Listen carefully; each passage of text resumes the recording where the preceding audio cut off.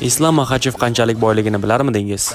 2014-yil 23 yoshli Makhachev UFC'da debyut jangida $8,000 ishlab olib, o'zining mablag'ini $30,000 ga yetkazadi.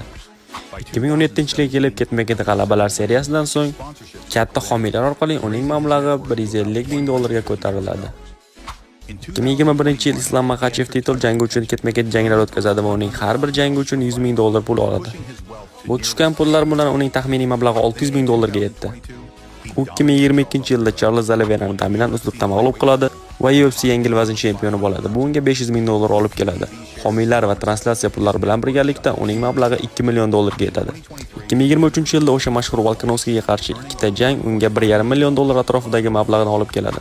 Makhachevning hozirdagi asosiy homiylari Guerrilla Energy va kripto brendlar bilan uning 2024-yildagi mablag'i $4 million dan o'tadi. Hozirga kelib 34 yoshli yengilmas chempionning mablag'i $5.2 million atrofida baholanmoqda.